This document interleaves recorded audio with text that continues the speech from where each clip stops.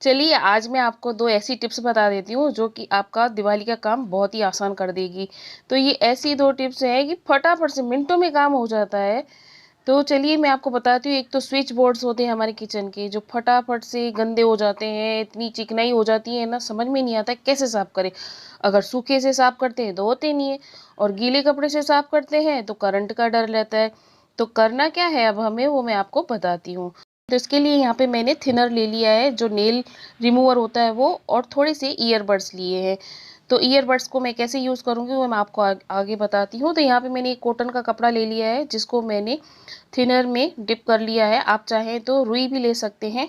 और करना क्या है, सिंपल सा तरीका है, सिर्फ इसको चारों तरफ से हमें जहाँ जहाँ पे गंदा है वहाँ वहाँ से हमें रगड़ना नहीं है, सिर्फ हल्के से पोंछ देना है। पोंछने मात्र से ही ये हमारा स्विच बोर्ड है चमकने लग जाता है। आप देख सकते हैं मैं सिर्फ इसको साइड साइड से चलाती जा रही हूँ कपड़े को और ये साफ़ होता जा रहा है। ये देखिए कितनी गंदगी निकली है। और इसके अंदर के किनारे कैसे साफ़ करने हैं वो मैं आपको बताती हूँ।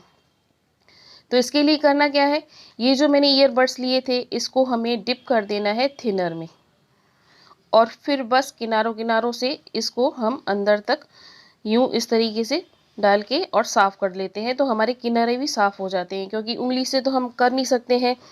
अगर आपके पास ईयरबड्स नहीं है तो माचिस की जो सी होती है ना, उसमें भी आप कॉटन को कोट करके और इस तरीके से आप साफ़ कर सकते हैं और ये फटाफट से हो जाता है। तो हो गया ना, ये जो काम हमें बहुत भारी भरकम सा लग रहा था 2 मिनट में हो गया।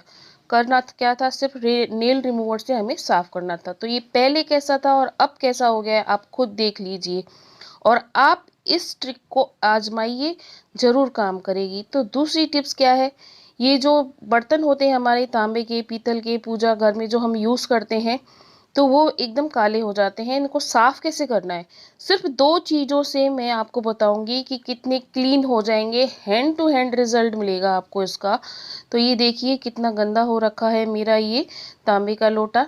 तो अब करना क्या है, इसके लिए मुझे यहाँ पे मैंने नमक ले लिया है। नमक आपको एकदम सूखा लेना है, टाटा का नमक।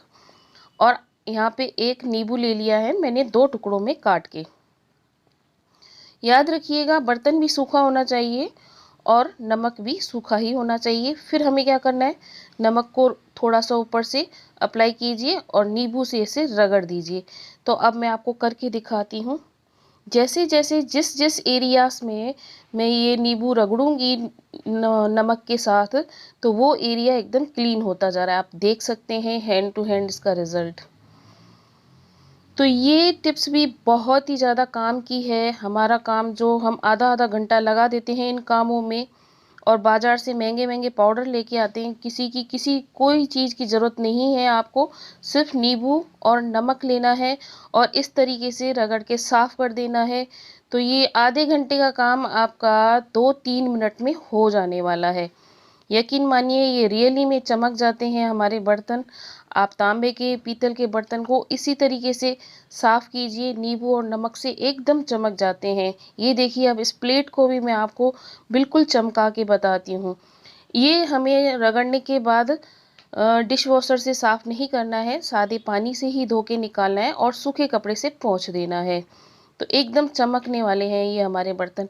आपको मेरी ये दोनों टिप्स काम की लगी या नहीं लगी वो प्लीज़ मुझे कमेंट्स करके बताइए। और मेरा वीडियो आपको अच्छा लगा तो इसे प्लीज़ लाइक कीजिए और चैनल पे नए हैं तो सब्सक्राइब कीजिए। अगर आप फेसबुक में देख रहे हैं तो आप मेरे पेज को फॉलो भी कर सकते हैं, क्योंकि मैं इस तरीके के काफ़ी सारी वीडियोस लाती रहती हूँ।